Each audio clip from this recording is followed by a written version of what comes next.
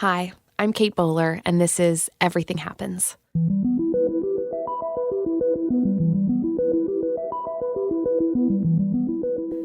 Look, the world loves us when we are good, better, best. But this is a podcast for when you want to stop feeling guilty that you're not living your best life now. We're not always celebrating our Zen-like mindset. I used to have my own delusion of living my best life now. I'm a Duke professor, wine and cheese enthusiast, wife and mom, Instagram gold. Then I was diagnosed with stage 4 cancer. That was 4 years ago, and I'm still here, and now I get it. Life is a chronic condition. The self-help and wellness industry will try to tell you that you can always fix your life. Eat this and you won't get sick. Lose this weight and you'll never be lonely. Believe with your whole heart and God will provide. Keep this attitude and the money is yours. But I'm here to look into your gorgeous eyes and say, hey, there are some things you can fix and some things you can't. And it's okay that life isn't always better. We can find beauty and meaning and truth, but there's no cure to being human. So let's be friends on that journey. Let's be human together.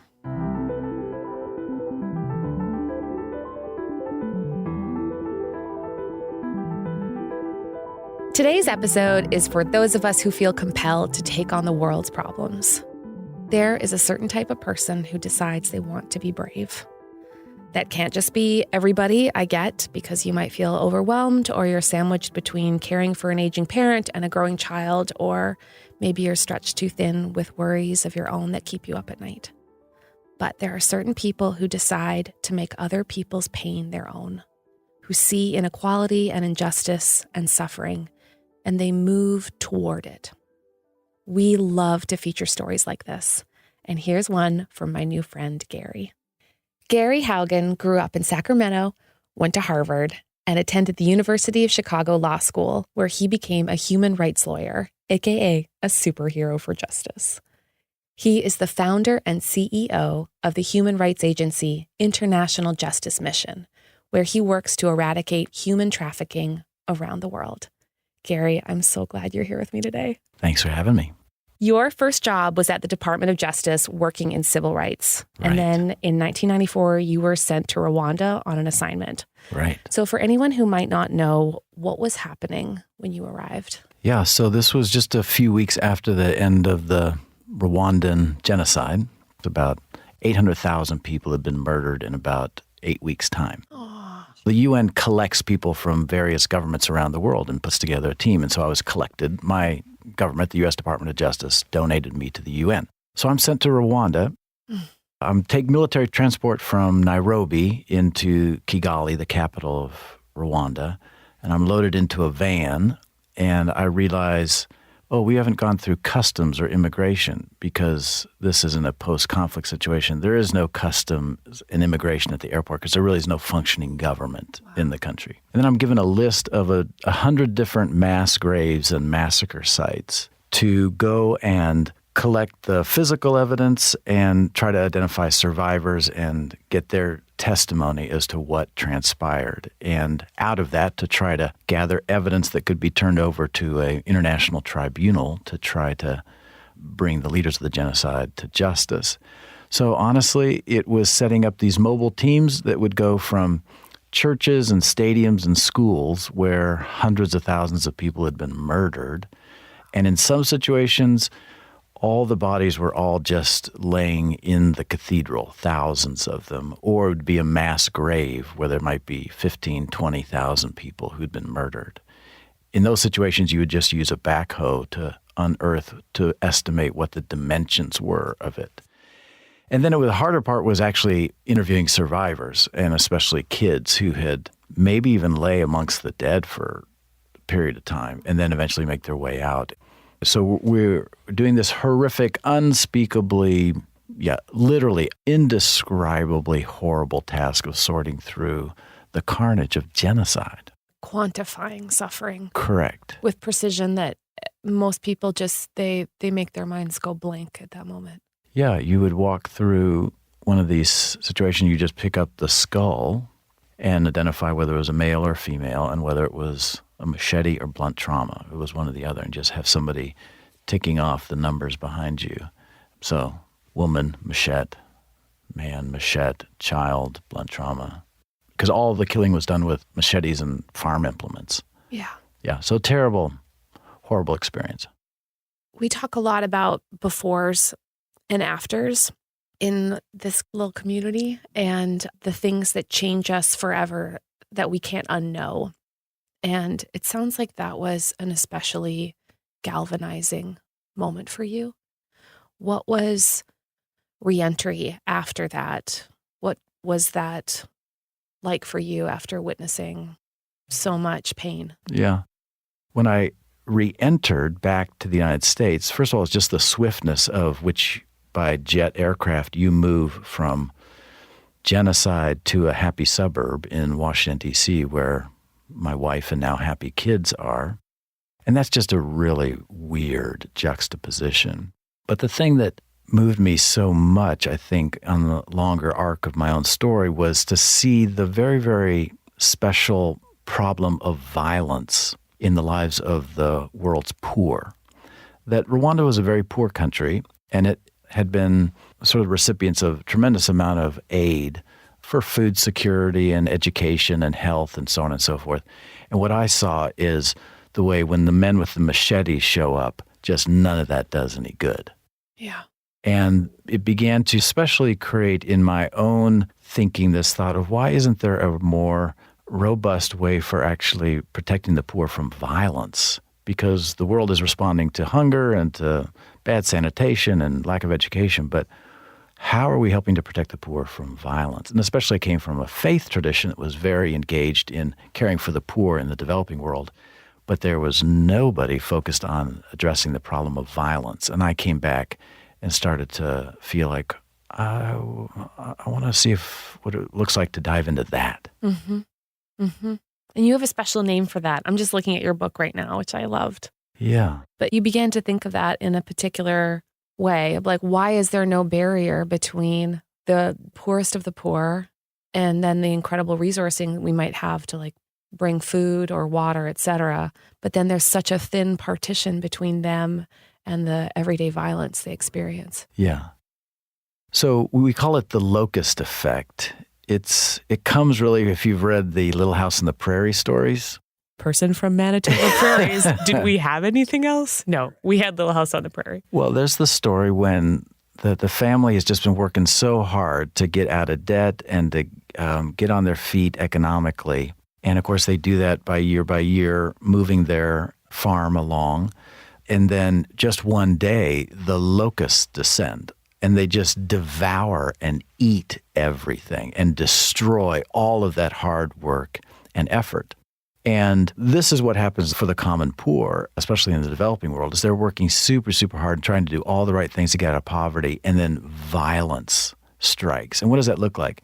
Well, it's sexual violence against women and girls, right? So maybe they were saving money to eventually go to school, and they actually get to go to school, but then they're sexually assaulted on the way to school or at school. And so now they actually can't go to school anymore. Or the family's been saving money for their girls to start a little business, and then the police come by and steal that money from them. Or the family is abducted into a brick factory where they're forced to work as slaves. Or the widow who's trying to take care of her orphan kids on this little patch of land, and people are giving her sort of better tools for working the land, but then the men with machetes show up and just throw her off the land and steal the land. So all of these were very, very vivid examples of something that just wasn't being talked about very much. It was, yes, you have hunger and you have disease and you have lack of education, but all of your programs to try to address those are going to be completely undermined if you aren't protecting the poor from violence. And the big sort of epiphany was this report that the UN came out with that came with this final conclusion that, quote, most of the world's poor live outside the protection of law, which means they are living in a place of total vulnerability to those who are violent. And exploring that has been sort of the journey of my life for the last 20 years. Our life-changing friendship has developed, I'd say, over the last hour and a half. Yes. And what's so funny about you right away is you're just like all agency. You're like, okay, great. Now what do we do now?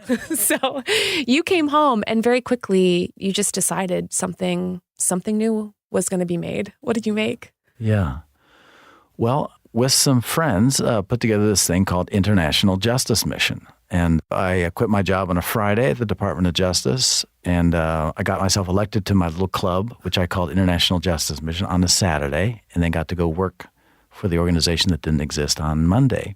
And yeah, it was a startup, not-for-profit organization that said, hey, let's try to do something about the problem of violence against the poor. But the vision and idea behind it was not actually something large. It was, let's do individual cases.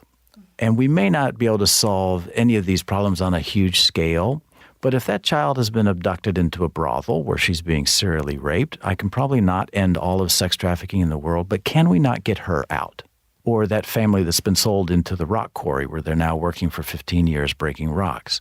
Yep, we probably can't end modern slavery in the world. Maybe I don't see how we can. This is what I was thinking 25 years ago. But we can get that family out, can't we? It was very much that idea of let's begin by just doing for another individual what we would not want done for us in that situation. Just pure golden rule kind of thing. And let's just do one at a time. And so for 10 years, that's what we did, just one at a time, a few thousand individual cases around the world. And what was the first moment where you knew it might work? You're like, I don't just live in Virginia with my friends in a basement. I have international work I'm doing, maybe from here. Yeah. Well, the hardest thing to do at the beginning was to get anybody to actually refer a case to you. Yeah. And I think one of the first things I did was I went to the Philippines to go visit various shelters that take care of abandoned children, kids that live on the streets, because I knew they were vulnerable to terrible violence. So I went to this place called the Specs Foundation Home for Abandoned and Abused Girls and asked, hey, I'm International Justice Mission, and do you have any of these cases that I could maybe take on to see if we couldn't help who's being abused and make sure that whoever did it actually is brought to justice? Because our vision was, yes, you want to rescue people out of those bad situations, but you also want to make sure the bad guys actually go to jail for doing this, or else they'll just hurt other people. And then provide a pathway of recovery and restoration for those who suffered that kind of abuse. But there was a case of this girl named Catherine, and I got to meet her, and she had been horrifically raped by a young man in the neighborhood. But he was the son of a local police commander in the district. So even though there was a warrant of arrest issued because this Catherine had been brave enough to go to a court to say, hey, I've been abused, and the warrant of arrest had been issued, the local police would protect the man who abused her, and he would come by and taunt her about this. And so I said, well, can I take this case on? They were like, okay. So I got a picture of the guy, made my own little wanted poster of this guy, and I got a copy of the arrest warrant, which is an order from a court that he be arrested. But I had to get a plane in like 30 minutes, so I didn't have time to actually do anything. So I have these little documents, and I get on a plane, and I fly back to Washington, D.C., the global headquarters of International Justice Mission. And so what are you going to do with this? Well, I decided I would just put these documents together with a nice IJ, International Justice Mission letterhead with like a seal on it and everything that looks fancy from Washington, D.C., and send it to the general of the Philippine National Police with one of those letters that you write as a lawyer that says, it's come to the attention of the International Justice Mission that this woman, Catherine, has been, and there's a warrant of arrest. What can the International Justice Mission look forward to the Philippine government doing about this? Who knows what's you send that letter off, who knows? Well, about a week later, I'm in my office early in the morning. It's dark, I remember, and an intern who was working, because basically it was me and interns in that day, free labor, comes walking in, and she has a fax in her hand. I'll explain that to younger people a little later, what a fax is. And her hands are literally shaking because it's the front page of the Manila national newspaper. And above the fold, headlines, International Letter Leads to Arrest of Rape Suspect. And there is the police commander getting a picture of himself actually formally booking the man who had committed this assault. That was one of the earliest cases of International Justice Mission, which at least manifests to me that, yeah, you may not be able to do everything, and this may not work every time, but if you focus on taking up the cause of a single individual and do the thing that you can do, maybe there's an opportunity to actually do something that is worthwhile. And I have seen that kind of thing happen now more than 52,000 times, because 20 years later, we've worked more than 52,000 individual cases like this. So yes, there's still a lot more to be done for sure, but I've seen more than enough of what's possible, what's good for me. I'm sold. Yeah. And so much of the staff you have, just give us a sense of like the scope, because I think maybe 95% of the people who work with you are local. Right. So you can imagine having this American lawyer fly over to the Philippines and go back and forth. That's not scalable or doesn't have really interesting big effect. It's important for Catherine, so, good. Do that. But if you want this to have some larger impact, what we ended up doing is actually growing indigenous national teams of lawyers and criminal investigators and social workers who would take on these cases in their own communities. So now these are Cambodians and Filipinos and Bolivians and Indians who are taking on these cases of slavery, sex trafficking, gender violence, police abuse, and land theft. And they work the cases. They bring the bad guys to justice through their own justice system. So you have to establish a partnership with local government. And then they take care of the long-term care of those who have been traumatized by abuse. So now IJM has 1,000 full-time staff around the world in about 25 different countries. And they are focused on projects, yes, of individual casework, but now transforming their local justice system so you can measurably see the amount of violence falling. So we now have places where we've seen slavery and sex trafficking and child abuse measurably decrease by 75%, 79%, 81%. So this is the larger thing that has happened from the very first case of Catherine. Wow. Wow. It's so fun and surreal to listen to you describe the scope of this, because maybe it's just the nature of pain, but it always feels overwhelming. Sure. Like injustice always feels overwhelming and like vague in a way. Like I read a lot of international news. I like to think of myself as open to the pain of the world. And yet there's something that feels just like the scope of it. It feels like an avalanche sometimes. Yeah, I think abstractions are paralyzing in some ways. Yeah. And there's something about our imagination that is in some respects worse than reality.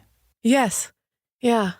And that's why it's very powerful actually to get right up to the human beings, because it's much more relatable. Yeah. It's less phantasmagorical, and it inspires a sense of, oh, okay, this is not otherworldly. Yeah. In the early days, would try to take my kids with me overseas and into poor or difficult communities to just kind of demystify the whole thing. Because as long as it's far away and vague and abstract, it's overwhelming. But it's interesting dynamic. Actually, when you press up close to it in a very human way, it's painful and it's intense for sure, but you get the sense that, no, this is within the human realm. This is something we can engage, if that makes sense. Mm-hmm. Because I think sometimes people are surprised, even if it's local, or even if they imagine their profession in a different way. Like I know a lot of people who are social workers or pastors or nurses or doctors, and sometimes the concreteness of work seemed like it made sense to them, but then the sea of misery, I think it's hard for them to know, us all to know, like how to walk up, like right close to it. Yeah. And not be overwhelmed. There is just something super powerful, I think, for those of us who feel overwhelmed by sort of the bad, harsh suffering in the world, to actually just pick one target, pick one place to focus one's compassion and love, and see what happens. I found that really fruitful. And you make a pitch, I think, very strongly for what compassion means. I was talking with my friend Nora McInerney, and we are against pity, we think. We have a strong negative reaction to pity. Yes. But I love your account of what compassion means to you. Everyone at IJM is a little sick of my fascination with Latin roots to words, but I'm just going to keep doing it. But the word compassion comes from these two wonderful Latin roots, cum passio. Passio is suffer, cum is with. So it's to suffer with. And compassion comes from just getting close to those who are hurting. And one's heart will be moved and touched and impacted by that. It's the power of the story of the Good Samaritan. There's the man who's beaten along the road, and you have two religious people who it specifically says when Jesus is telling the story, they walk on the other side of the road. They specifically do not get close. Then it says that the Samaritan had compassion on him and crossed the road, right? So he allowed himself to pursue sharing in the suffering. And once you do, then you can start to engage, well, what might I have to contribute? Maybe it's just my presence. Yeah. But maybe it also is, I have some access to tools or resources or capacity or power that actually could do something about this. But like different groups, I feel like have different cultural toolkits for whether and how they should care. I know you go around to people all the time being like, please care about the world and human slavery in particular. And that's like a special kind of work where you have to encourage especially compassionate individuals to have an international scope. And then there's all kinds of, I'm just using spectrum hands here. I'm like, and then way on the other side of the spectrum. No, it's super helpful. Yeah, it's great, especially because podcasts are a visual medium. Very helpful. And then on the other side, there are folks who have unbelievably helpful structural and macro understandings and not necessarily are plugged into communities or causes that help them focus on individual cases. And so you've got wonderful individualists and wonderful sort of communalists in mindset. And what you're describing has to be somewhere in which we infuse both with an imagination that we can't only fix macro level issues, that we have to be willing to try even if we can't fix it all. And then for the individualists, that it is worth imagining not just the plight of one person, but the policies and structures and police forces and justice that keep them in the web where they can never get out. Yeah. And I feel like America, sorry for just being Canadian for a second, is especially bad at dividing people into those binaries. And I think it must make it harder to imagine, to have like a communal language of what justice is supposed to be like. Yes, I think human beings are not great at holding two true things that are in tension. Yeah. Rather solve a problem. It's a problem to be solved rather than a tension to be managed. But this is a tension to be managed because both are true, 100% true. Yeah. That no, you can't do everything in the world, but you can probably do more than just one thing. Right. It's like you can't maybe care about everybody. Yeah. But you can usually care about a couple people in particular. There are a lot of religious platitudes about structural inequality. So on Twitter, we see a lot of thoughts and prayers, but little action. And I've heard you say, prayers help, but prayers and a lawyer help more. Right. How do you help people escape from some of their cliched thinking?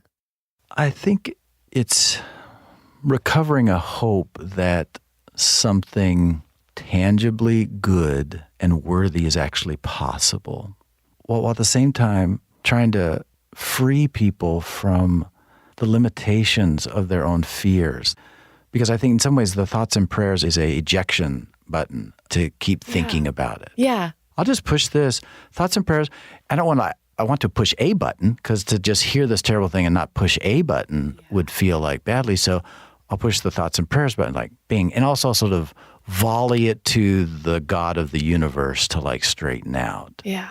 And again, there is a healthy way. We actually volley to the God of the universe to straighten the big stuff out also, but not as a way of escaping from the dignity of responsibility that's granted to us. Mm-hmm. This is the moral arc of the universe that MLK would reference. But he's actually given us the dignity of some responsibility in that. Are we the ones who are actually responsible for bending that moral arc? No. But we are given a little place on it to do our bit of tugging, and it actually matters. And so, yeah, these are tensions we are not meant to hit an ejection button on, but actually sit in. And because on the other side of sitting and dwelling in in the midst of that and engaging it, we have actually found the most extraordinary joy and exhilaration and love and wonder. So I can tell you, after 20 plus years of immersion in the ugliest, nastiest, horrible things human beings can do to one another, I have experienced such great joy and love and laughter and heartache for sure, but beauty and goodness, and it has been found in the hard stuff. I think the desire to see things clearly, to confront the world as it is with a soft heart, can be really tiring for people. Yeah. I'm wondering if you have any advice for people who feel the weariness of compassion, who may be experiencing burnout, who aren't sure how to keep caring. Oh, yeah. 100% the case. I'm going to talk to NFL football players next week, and one of the things they say about the NFL is there's a 100% injury rate in the game. 100% burnout rate for those who are engaged with human suffering in the world if they do not attend to their own self-care. And self-care can be kind of like this squishy word maybe, but it's impossible to do the work of justice sustainably without attending to the care of one's own soul. So what does that mean?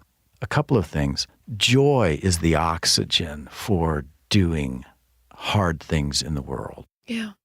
And that at IJM, we are super intentional about continually recovering joy. There's sometimes a sense, if you're a compassionate person, you should be wallowing in the darkness and the gloom 24/7. Oh, I have friends like that. They're like, oh, well, I guess no one can have a birthday party anymore. Exactly. And we can't go see, Legally Blonde again, or we can't go have an amazing dinner, and that is just a vicious lie.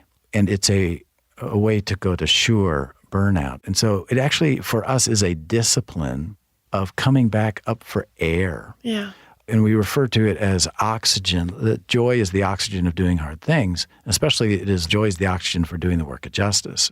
And so that's what we are extremely intentional about, is making sure that there is laughter and music and art and silliness and a return to all the goodness and beauty there actually is in the world. Because again, we're going to hold two things in tension that are actually true. Yes, there is suffering and darkness in the world, but there is absolutely beauty and goodness. And so I need to run back and go find my kids and give them a hug and wrestle around and be silly and go have a great meal and go watch, that stand-up comedian or whatever it is we want to do. But that is actually part of doing something good in the world for a long time, because the people who are suffering and hurting in the world do not need our spasms of passion. What they need is a long faithfulness in the same direction, and that's sustained only by a discipline of joy. Yeah. No, I was hoping just like essential oils, more candles. Maybe more critical. Yes. That's right. Maybe like, more I hear what you're saying. Yes. But also we have Yanni playing. Well, depending upon who you are, that might be the most restorative joy. All right. And to the worst day. What's your big joy infusion? Certainly when I had little kids in the house, 100%, just go be with little kids. Yeah. And they're all grown up and out of the house now. So I got nothing. No, for me, it's a very, very intense physical exercise. Yeah. I have to go to the gym or else Yeah. not very fun. Yeah. Yeah. I'm still in the snuggle zone stage. Yeah, I wasn't sure which way you were heading on that. Yeah, I'm going on full. Okay. Like I had to go to the hospital yesterday for something and it was fine. It just doesn't feel fine. Right. And then so I come home and I'm lying on the couch and my kid looks at me and goes, Mom, can I just get into the snuggle zone? Can I? Yeah. Let's never leave. Oh my gosh. Gary, thank you so much for talking with me today. I am grateful for the work you do. I'm especially grateful for your uncompromising clarity with which you do it. So thanks and bless you. Thank you.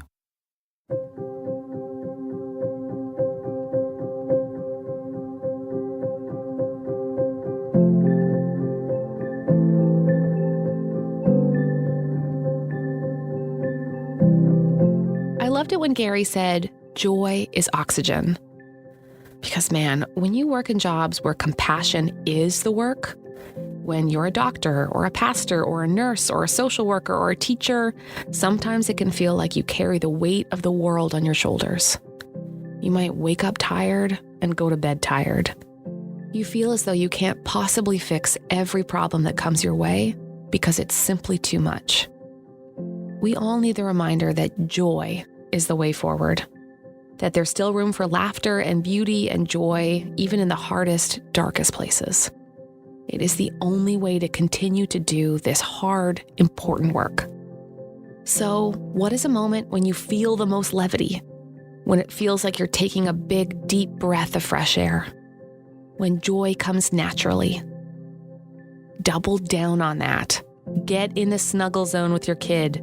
Pet your dog or your cat, if they're into that sort of thing. Take a long walk or a long bubble bath. Watch that hilarious show on Netflix everyone is talking about. Yes, compassion is the job, but joy is the oxygen. I'm grateful to our partners and generous donors, the Lilly Endowment, North Carolina Public Radio WUNC, and Faith and Leadership, an online learning resource, who made this episode possible. And a shout out to my super team, Jessica Ritchie, Keith Weston, Harriet Putman, and JJ Dickinson. Okay, but for real, come be human with me. Find me on Instagram or Twitter at Katesy Bowler. This is Everything Happens with me, Kate Bowler.